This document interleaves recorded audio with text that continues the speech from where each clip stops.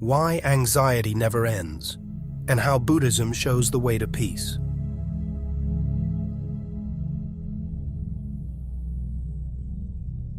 Have you ever felt a quiet ache in your heart?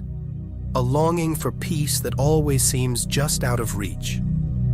No matter how much you try, it feels as if something inside keeps pulling you back into worry. This is anxiety. It is not just a passing mood, but an experience that can feel like a prison with no door. Yet the Buddha's wisdom shows us that the door is not locked. In fact, we already hold the key. The key is not about escaping life, but about finding freedom right in the middle of it. The Buddha explained this through a simple but powerful image: the two arrows. Life will always bring pain, challenges, and changes we cannot avoid. This is the first arrow. It is the natural sting of being human. But then comes the second arrow. This is the one we shoot into ourselves. It is the way we react, judging, blaming, resisting, or fearing our own feelings. The first arrow is unavoidable. The second arrow is optional. And yet, it is often the second arrow that causes the deepest wounds, keeping anxiety alive long after the first pain has passed. Let's take a closer look at the first arrow. These are the real struggles of life, what Buddhism calls dukkha, often translated as suffering, but more accurately meaning the stress and unease that come with living in an uncertain world. In daily life, the first arrow can feel like financial worries, the weight of bills, or the fear of not having enough. It can be the pressure of work, the demands of deadlines, or the exhaustion of burnout. It can come from unstable living conditions, environmental concerns, or the fragile nature of our relationships. Even love, which brings joy, can bring loneliness, disappointment, and the pressure to live up to expectations. And beyond all of this lie the universal truths: aging, illness, and death. These are not mistakes or personal failings. They are part of being alive. When our mind reacts to them with sadness or worry, it does not mean we are weak. It simply means we are human. This is the first arrow, and no one escapes it. The deeper problem begins with the second arrow. This is when we take the natural pain of life and multiply it. We tell ourselves, "I shouldn't feel this way." We blame ourselves for being anxious. We resist the feeling, trying to push it away. We even become afraid of the anxiety itself. This is how the wound of the first arrow gets pierced again and again. In Buddhist terms, this cycle is driven by craving, tanha, and clinging, upadana, the desperate wish for things to be stable, safe, and under our control. The more tightly we hold on, the more anxious we feel. Modern psychology describes something very similar in the idea of the hedonic treadmill. We chase one goal after another: money, success, recognition, hoping each achievement will finally give us peace. And for a short while, it feels like it does. But soon the mind grows restless again, setting up a new goal, and the cycle continues. We run harder and harder, but never feel truly satisfied. This is exactly what the Buddha pointed to. Craving does not end suffering. It only renews it. Anxiety also grows out of the fragile self we try to build and protect. Many of us create a picture of ourselves, successful, confident, flawless, and then live in fear that reality will not match that image. When anxiety appears, it feels like a threat to this identity.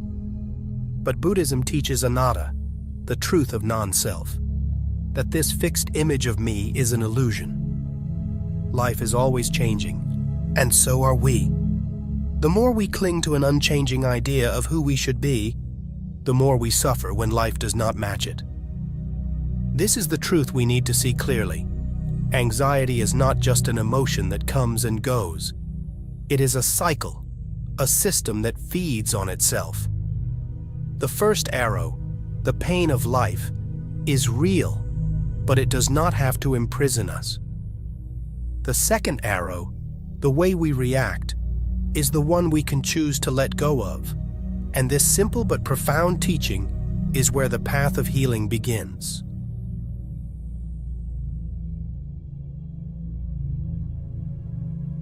The Buddha was a careful observer of the human mind. Without ever using the modern word anxiety, he described its shapes and movements with remarkable clarity. In the ancient texts, we find words like bhaya, meaning fear, and paritasana, meaning restlessness or worry, both of which capture the unsettled nature of an anxious mind. More deeply, the Buddha explained that these states belong to what are called the 5 hindrances, inner obstacles that cloud the mind and block true peace. 2 of these hindrances stand out as especially close to what we call anxiety today. The first is uddhacca kukkukka, often translated as restlessness and remorse. This is the mind that cannot settle, always bouncing between regret for the past and worry about the future. It is the restless heart that never feels at home. The second is vicikicca, or doubt. This is not the healthy kind of questioning that leads to wisdom, but a paralyzing uncertainty that makes us feel stuck and unable to trust our path. Together, these 2 states describe with uncanny precision the lived experience of anxiety, an unsettled, doubting mind that cannot find solid ground. What is striking is how timeless this description is. Though the world has changed in countless ways since the Buddha's time, the workings of the mind remain the same. His insights still touch the very core of human suffering today. To understand anxiety more deeply, Buddhism turns to its central framework, the 4 Noble Truths and the 3 characteristics of existence. Within this view, anxiety is not just an unpleasant feeling. It is a form of dukkha, the unease that marks conditioned life. Dukkha shows itself in 3 ways. Dukkha is the direct pain of life: illness, loss, or emotional hurt. Viparinama dukkha is the suffering of change, the fear of losing what we hold dear, or the unease we feel when life shifts in ways we cannot control. Sankhara dukkha is the most subtle. Even when life seems good, something still feels incomplete, because all things are built on impermanent, changing conditions. This is the very nature of existence. Nothing stays the same. Everything, including our anxiety, is subject to anicca, impermanence. When we cling to what cannot last, worry is born. And when we try to defend a solid sense of me, we forget the truth of anatta, non-self. There is no permanent self for anxiety to crush. Yet our fear often comes from clinging to this illusion of solidity. Beneath it all lies tanha, craving, and upadana, clinging. Together they keep anxiety alive, feeding the mind's endless struggle for control and certainty. The Buddha also gave us a detailed map of how this process unfolds, known as paticca samuppada, or dependent origination. Anxiety is not random. It follows a chain of causes and conditions. It begins with phassa, contact, when our senses or mind meet something unsettling, a thought, a memory, or a situation. From this comes vedana, feeling, the immediate discomfort that arises. If craving, tanha, enters at this point, the desire to push the feeling away, or the wish for perfect safety. Then clinging, upadana, follows, as we tighten our grip on control or demand that life be different. This leads to bhava, becoming, where anxiety solidifies into a habit and even into an identity. I am an anxious person. From here comes jati, jara, marana, the cycle of birth, aging, and death. Not only in the literal sense, but in the repeated rebirth of anxiety itself, the wearing down of the heart, and the loss of peace. Through this map, the Buddha shows us that anxiety is not a mystery and not a permanent curse. It is a process, a cycle of causes and effects. And because it has causes, it can also have an end. By seeing clearly where the chain begins, we can begin to loosen it. By understanding the anatomy of the anxious mind, we discover the precise places where healing can take root.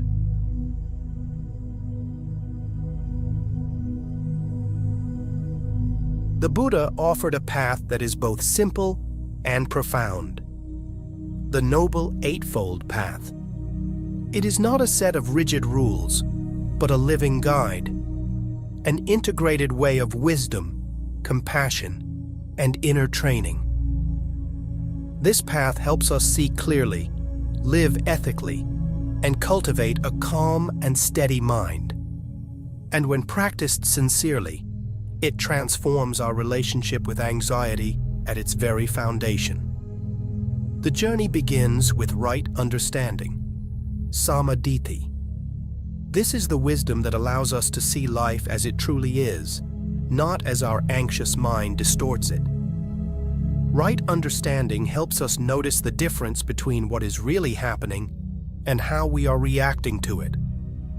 It is like becoming an archaeologist of our own mind, gently uncovering layer by layer, asking, is this pain coming from life itself or from my own resistance? Is this the natural sting of reality, or is it suffering I have added on top? With this clarity, we stop confusing our thoughts and fears with truth. And that is the first step toward freedom. From here, we move into right intention, samma sankappa. This is the shift of heart that moves us away from fear, judgment, and clinging, and towards kindness, acceptance, and letting go. Imagine anxiety as an uninvited guest at your door. Most of us slam the door shut or try to drive it away. But right intention is the gentle act of opening the door and saying, "You may come in." Not with resignation, but with compassion. By welcoming the feeling instead of fighting it, the inner battle softens. The second arrow of self-criticism and resistance begins to dissolve, and our heart learns to relate to suffering with gentleness instead of hostility. The path also includes the ethical foundation of right speech, right action, and right livelihood, samavaka, sama kamanta, sama ajiva. These are about how we live in the world day by day. Right speech is speaking with honesty, kindness, and care, not using words that create division or feed anxiety in ourselves or others. Right action is choosing to live in a way that does not harm, keeping our behavior aligned with compassion and integrity. Right livelihood is earning a living in a way that does not cause harm or inner conflict. Together, these three create an environment of trust, safety, and clarity. A fertile ground where peace of mind can naturally grow. Then comes right effort, samabhayama. This is the wise, steady effort to guide our mind. It is not about forcing anxiety away, but about learning how to work skillfully with our thoughts and emotions. Right effort has 4 steps: preventing unwholesome states from arising, letting go of them if they do arise, nurturing wholesome states like patience and compassion, and sustaining those wholesome states once they are present. Think of it as gently steering a boat through fog. Even when the sky is unclear, we can still keep our hands on the rudder, guiding ourselves forward with care. At the very heart of this practice is right mindfulness, samasaki. This is the clear awareness of the present moment. It means noticing what is happening in our body, in our feelings, and in our mind, without judgment. With mindfulness of the body, we can observe the tight chest or racing heartbeat of anxiety. With mindfulness of feelings, we can notice the unpleasant sensations without adding stories about them. With mindfulness of mind, we see when the mind is restless or doubtful, without getting lost in it. We begin to recognize that a thought is just a thought, not an unshakable truth, and certainly not who we are. In moments of anxiety, the breath becomes a gentle anchor. Each in-breath and out-breath reminds us, this moment is enough. I am here. In this way, mindfulness shines a light on the passing nature of all experiences, showing us that we do not have to be carried away by them. Finally, there is right concentration, sama samadhi. This is the calm, steady mind that arises from mindfulness and effort. It is the ability to rest deeply within ourselves, even in the presence of life's challenges. The Buddha compared it to a still lake. The surface reflects everything clearly: clouds, trees, the sky. But the water itself remains undisturbed. In the same way, a concentrated mind can see difficulties without being shaken by them. Anxiety may appear, but it no longer controls us. In this inner stillness, we discover a peace that does not depend on circumstances, a sanctuary within. The Noble Eightfold Path is not theory. It is a way of living and a way of being. Each step supports the others, creating a path of gentle transformation. And as we walk it, we find that anxiety loosens its grip, not because life has no challenges, but because we have learned to meet those challenges with clarity, compassion, and calm.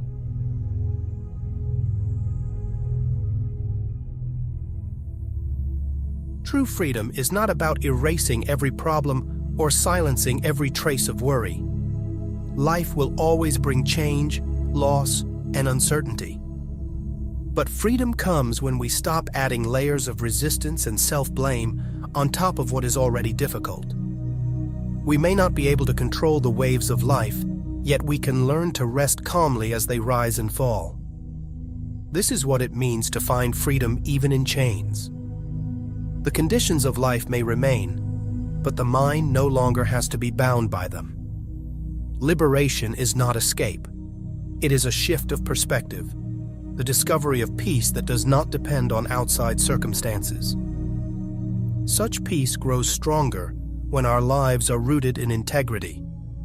Speaking with kindness, acting with compassion, and earning a living without harm create a foundation of trust and stability. When we live in harmony with these values, the heart becomes lighter, less burdened by guilt or inner conflict, and more open to serenity. From this soil arises the possibility of unconditional happiness, a quiet joy that does not rely on everything being perfect. It is the contentment of knowing that this moment, just as it is, can be enough. In letting go of constant craving and endless self-criticism, we touch a freedom deeper than circumstances. The invitation is simple, yet profound. Stop fighting with yourself. When the struggle ends, anxiety has nothing left to hold on to. The key to liberation is already within you. In the courage to let go, the clarity to see things as they are, and the compassion to walk gently with your own mind.